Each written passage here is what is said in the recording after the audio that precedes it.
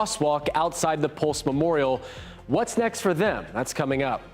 Plus, lottery fever continues as the Powerball jackpot soars well beyond $1 billion. But we do want to start with a look at I-4 right by the Osceola Parkway exit. Traffic flowing now, but this is what it looked like a short time ago. Traffic backed up as FHP closed the eastbound lanes, all because of a rollover crash. And those delays mounted. FHP told us one person was taken to the hospital as a trauma alert, 2 others taken to the hospital with minor injuries. This is all happening just before 11 o'clock this morning. Now, Trooper Steve posted this picture on X. As you can see, the vehicle on the right there turned upside down. We'll continue to monitor this situation and provide updates as soon as we learn more. Also breaking right now, an FSU football player from Sanford is in the hospital after a shooting. The Gadsden County Sheriff's Office says Ethan Pritchard was shot last night near the Havana Nights apartments. We do have some video from the scene here. They say he was visiting family in that town. FSU football posted on social media that Pritchard is in critical condition in the ICU. The team added that his family is thankful for the support from so many people, as well as the care from first responders and medical professionals. They're asking that their privacy be respected at this time. Now, News 6 Sports profiled Pritchard a year ago. The then senior linebacker at Seminole High School was our Sonic Prep Player of the Week. Seminole High School's athletic director released a statement about this, saying in part that Pritchard is an amazing young man who represents everything Seminole High School hopes for in their student athletes. Right now, investigators are still working to determine what led up to the shooting. No arrests have been made. Stay tuned to News 6 and clickorlando.com for updates on this developing story. Well, the crosswalk controversy continues. The 3 arrested for trying to re-chalk the crosswalk outside the Pulse nightclub memorial appeared before a judge moments ago. News 6's Stephanie Rodriguez is live with what led up to their arrests and what happened in court today. Stephanie. Justin, the crosswalk here behind me outside of Pulse used to be a rainbow. It was a tribute to the 49 people who died in the Pulse nightclub mass shooting. But because of a federal order, the state painted it the colors you see here, black and white. The move sparked protests, with people repainting it with chalk, which led to several arrests, including that of Donovan Short, Mary Jane East, and Zane Aparicio. They were arrested Sunday for interfering with the traffic device, which is a felony charge. They were chalking the crosswalk right here outside of Pulse when they were arrested. Now, this all stems from a Trump administration order to get rid of distracting road art nationwide. And FDOT says vandalizing state property or disturbing traffic in any way is unsafe and illegal, and they won't tolerate illegal actions, which is why we saw those arrests. We spoke to attorney Blake Simmons, who represented Sebastian Suarez. That's a man who was arrested for chalking this very same sidewalk on Friday, but his case was thrown out by a judge on Saturday. Now, the attorney vowed that the 3 who were arrested Sunday would also walk free. You could go to a government agency and make a FOIA, Freedom of Information Act request, file complaints against them and let them know that these officers have failed to follow their own departmental policy. That, however, did not happen this morning. All 3 arrests on Sunday were found to have had probable cause by an Orange County judge here this morning, just 10 and 15, 20 minutes ago. All 3 of them will be released today without having to post bail. We'll have more on this story later tonight right here on News 6 and at clickorlando.com. Reporting live in Orlando, Stephanie Rodriguez, News 6. Thank you, Stephanie. We're still waiting to learn what happened after a shooting left a 2-year-old dead and 2 others hurt. This happened Friday night on Poplar Lane in Melbourne. Police say they found 3 people shot at the home. The 2 adults were taken to the hospital, but the child died at the scene. Melbourne police are asking anyone with information to call their non-emergency number or anonymously through Crime Line at 800-423-TIPS. A man accused of driving under the influence and hitting a Florida Highway Patrol trooper is now in custody. This happened just after midnight on the westbound lanes of I-4 near the 408 in Orlando. FHP posted this picture to social media saying a DUI driver crashed into one of their troopers during a traffic stop. They say the trooper was not hurt, but this could have ended tragically. Troopers identified the driver as 37-year-old Enrique Chavez. He is charged with DUI and is being held on a $2,000 bond. The Florida Highway Patrol is reminding drivers to celebrate this Labor Day responsibly. Voters in West Orange County will head to the polls tomorrow for a special election. 2 seats in Tallahassee up for grabs, one in the House, The other in the Senate. Florida Senate District 15 covers all of northwest Orange County, down to State Road 408 in Ocoee, and further down to Sand Lake Road. Democrat LaVon Bracey Davis will face Republican Willie Montague in the Senate race. The House District 40 race is within District 15. That includes College Park, Pine Hills, and Ocoee. Democrat Rashawn Young will run against Republican Tuan Lee and write-in candidate Chris Hall for the House race. Polling locations will be open from 7 a.m. until 7 p.m. Well, the Powerball jackpot on the rise once again after no one matched all 6 numbers on Saturday. Tonight's prize, an estimated $1.1 billion with a cash value of close to $500 million. News 6's Angie Casado went out on this Labor Day to see who's working on their luck and dreaming big before tonight's billion-dollar drawing. Powerball fever is back, and players are already dreaming on what they would do with a billion-dollar payout. It's 1.1 billion. Yeah. Don't leave that one out, because hey, we need that right there. No one matched all 6 numbers Saturday night, which means the jackpot rolls to an estimated $1.1 billion. That's a cash value of about $498 million. You know, but mostly I would support family first. Yeah. And then obviously, you know, there's a lot of charities out there that I definitely work with. I think I got a chance. You know, it's very down here, but I mean, I got a chance, right? Absolutely. Just like the rest of us. I'm gonna try to find the closest island that I can find, buy me a property, and just say, hey, forget America. Yeah. Take care of everybody I can take care of, and just go relax, live your life. This is Powerball. Tonight's drawing will be the 40th straight since the jackpot was last won back in May. The odds of hitting the big one, just 1 in 292 million. According to a search on the internet, if you live in Florida, you have a higher chance of getting struck by lightning multiple times than winning the lottery. You got to be in to win it. You know, hey, $20 here, $20 there. You just think.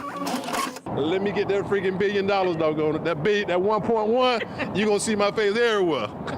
I ain't got to hide. Powerball says even if you don't win it all, millions of dollars in smaller prizes are still up for grabs. The drawing happens at 10:59 in Tallahassee, but again, you can catch it right here on WKMG. Good luck to everyone. Reporting in Orange County, I'm Angie Casada, News 6. Well, expectations are growing that Chicago could be the next city to see National Guard troops on its streets. Today, President Trump took to social media suggesting that it's needed in the nation's third largest city to help eliminate crime. CBS's Torian Small reports from the White House. With the summer unofficially ending, they're invading American cities. President Trump's battle with Democratic leaders is heating up. Bringing troops into a city and a state that don't want those troops, they're crossing a line that hasn't been crossed in my entire lifetime. After deploying National Guard troops in D.C., the president praised the city's mayor on social media Monday for, quote, working with him and bringing crime down to virtually nothing, urging officials in Chicago and other cities to do the same. They need someone to help them get the dangerous criminals off their streets. On Sunday, Department of Homeland Security Secretary Kristi Noem confirmed the Trump administration's plans to expand immigration enforcement in Chicago as soon as this week.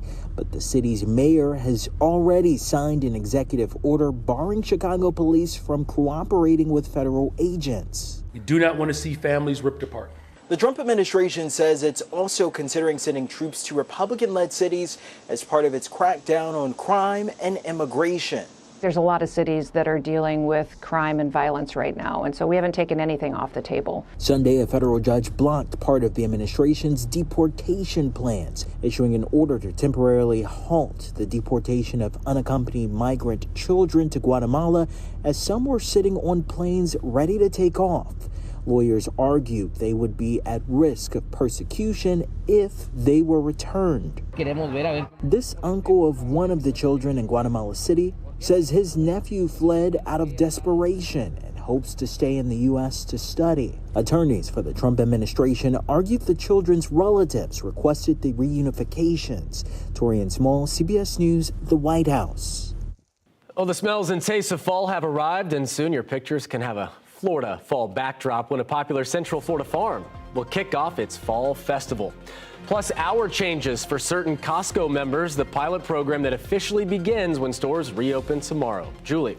We are tracking some showers, all thanks to a front and an area of low pressure. Even seeing some heavy rain, starting to see some lightning developing along the coast. We'll time out these showers hour by hour and take a look at the rest of your week coming up in just a few minutes. Introducing the new $25 million Gold Rush Multiplier Scratch-Off from the Florida Lottery.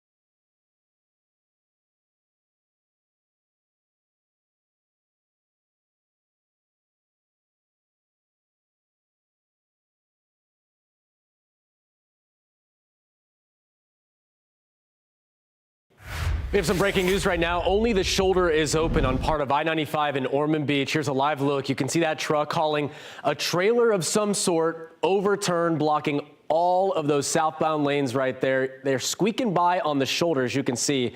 We're working to figure out if anyone was hurt in this, how this happened, and we'll keep you updated as soon as we learn more, both on air and online.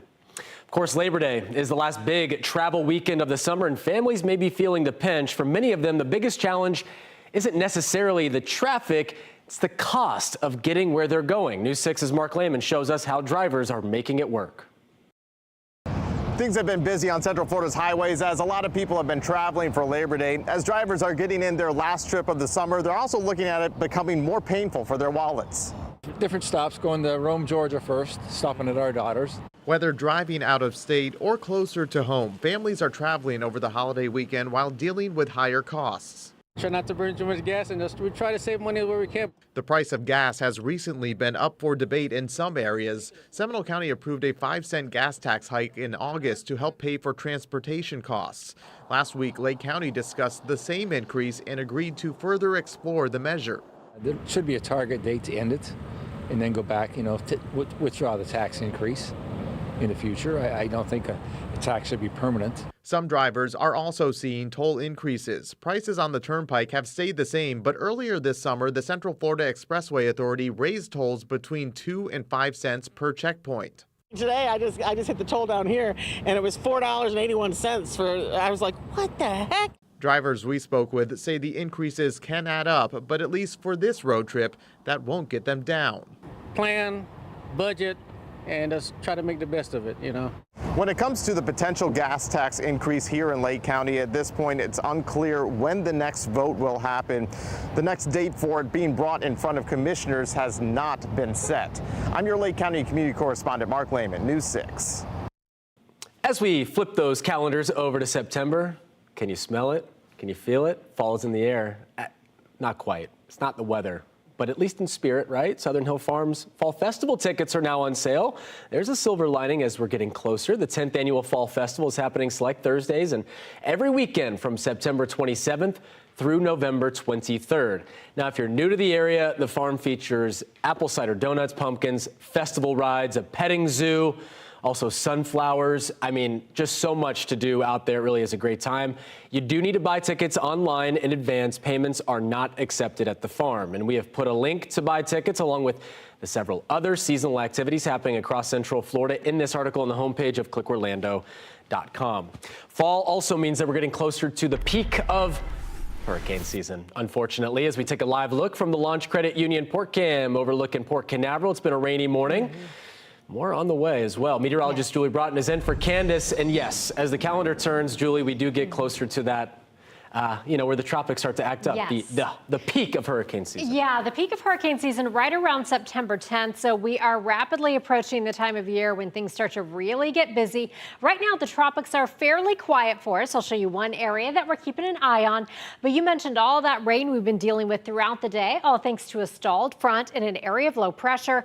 We saw showers continuing through the overnight hours, and those are going to keep going throughout the day today. So while we're not talking about a washout with an entire rainy day, we all have a shot at seeing at least a little bit of rain throughout the day. Best chance of seeing some heavier rain is exactly where we've already seen it across the eastern half of our viewing area, where we are under that marginal risk of excessive rainfall. Here's how it looks for you on the radar as we are scanning out right now. Again, we mentioned that area of low pressure sitting out over the Atlantic. And as we loop the radar for you, you can see how that is wrapping those showers back around on shore. And we are talking about some heavy rain right now, especially in Volusia County. And we haven't seen much lightning today, but just over the last 15 minutes or so, as some of these showers are coming on shore near Ponce Inlet, down toward New Smyrna Beach, over toward Samsula, we're starting to see some lightning with those. And where you see the areas of yellow, red, and orange on the radar, that's where we're talking about anywhere from around 2 to 4 inches of rain falling per hour. These are now making it to interior spots like Winter Springs, moving over toward Bertha, toward University Park. And rain chances for most of us today stay right around 70%. Now, we do have a flood warning in place. The St. Johns River at Astor is at flood stage. It should crest this afternoon, then begin to slowly recede throughout the week. But we do have that flood warning in place for that particular area until Friday morning. Now, rainfall totals just over the last 12 hours, some spots in Volusia County near Ormond Beach have already seen more than 2 inches of rain. And as we just saw on the radar, more is coming. So if you live in an area that is flood prone, you could likely be dealing with some of that today. Here's what it looks like for us outside over downtown Orlando. This is our Light Orlando Delivering Hope Together camera, where you can see some raindrops on the lens there, quite a bit of cloud cover. 86 degrees. We won't get a whole lot warmer than this today, thanks to the clouds and the rain. And you can see where it's raining right now with that rain cooled air in the upper 70s. DeLand, you're at 78. Ocala is at 82 degrees, and Cocoa Beach checking in at 83 degrees. If you are planning to head to the beach today, check out the winds gusting at times to around 30 miles per hour. That is keeping our threat of rip currents extremely high, so do make sure you stay near a lifeguard. Now, here's your hour-by-hour forecast. Sponsored by Strata Air Conditioning and Heating. AC emergency, you ought to call Strata. Check out this pose. This is Lil Missy, and so we're talking about a 70% chance of rain by 4 o'clock. Some thunderstorms in there too, with temperatures climbing into the upper 80s.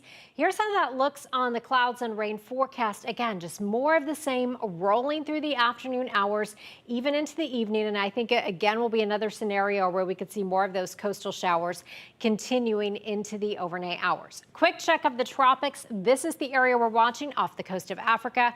40% chance of further development over over the next several days. It's a long way away from Central Florida. We'll watch it, but right now, not an immediate concern for us.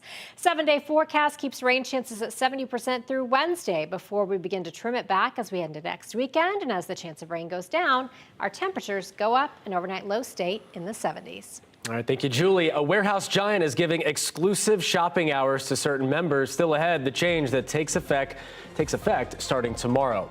Plus, a salad kit recall, why the company is concerned about the ingredients. We leave you with a live look over downtown Orlando from our Light Orlando Delivering Hope camera. You're watching News 6 at noon. Keep it here. We'll be right back.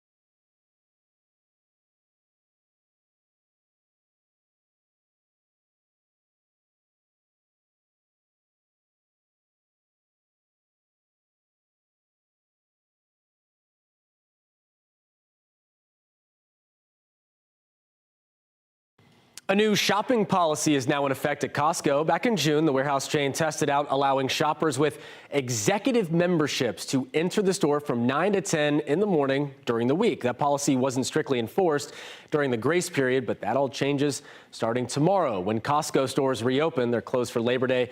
Executive members, by the way, pay $130 annually. Now, a salad recall may have you checking your refrigerator this afternoon. Taylor Fresh Foods is recalling its honey balsamic salad kit due to the potential of undeclared ingredients. The company says the salad dressing kit is actually the Asian sesame ginger dressing and not the honey balsamic vinaigrette dressing. The dressing may include sesame and soy, of course, two major allergens. The kits were sold in 25 states, including Florida. The best if used by date is up to and including September 4th. There are no reports of illnesses in connection to the product. If you have a bag, throw it away and get a refund at the store where you purchased it from. Stay with us. We'll be right back.